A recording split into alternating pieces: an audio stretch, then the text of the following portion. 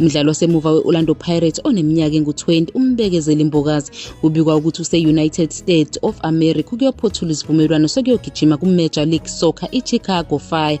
Ngokusho kwemibiko eminingi ngoMgqibelo, uMbokazi usephenduke undabuze kwaye ebholeni laseNingizimu Afrika futhi usejabulela ukuqama egqoke ihembe le-Orlando Pirates, kanti usephinde waba yilungu eliqavile leqembu leBafana Bafana likaHugo Broos elahlungela indebe yomhlaba yeFIFA ka-2026 ezodlalelwa e-United States of America, Canada naseMexico ngonyaka ozayo.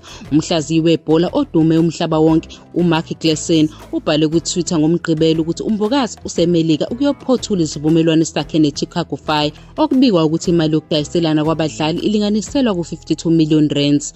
Izihlabane eziningi ze-Premier Soccer League zithuthele ku-MLS eminyakeni edlule zithole imiphumela exubile. U-Olwethu Makhanya udlulele ku-Philadelphia Union esuka kwi-Stellenbosch FC, kanti manje usehlale edlala esikhungweni sokuvikela iqembu lakhe.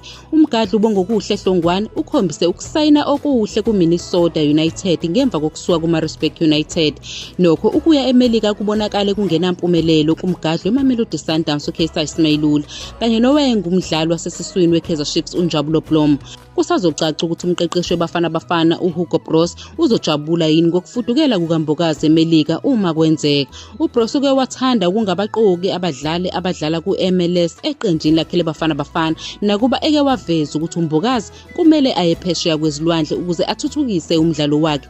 NgoSepthemba uBroos watshela izintatheli ukuthi lo mdlali udinga ukuya e-Europe ebalula iminyaka yakhe nendlela adlala ngayo enesipiliyoni. Wathi uMbokazi ubevele ebukeka enolwazi lweminyaka eyishumi lelizinga, nangaphezu kokuba kusawumdlalo wakhe wesithathu nje kuphela eqenjini lesizwe iBafana Bafana.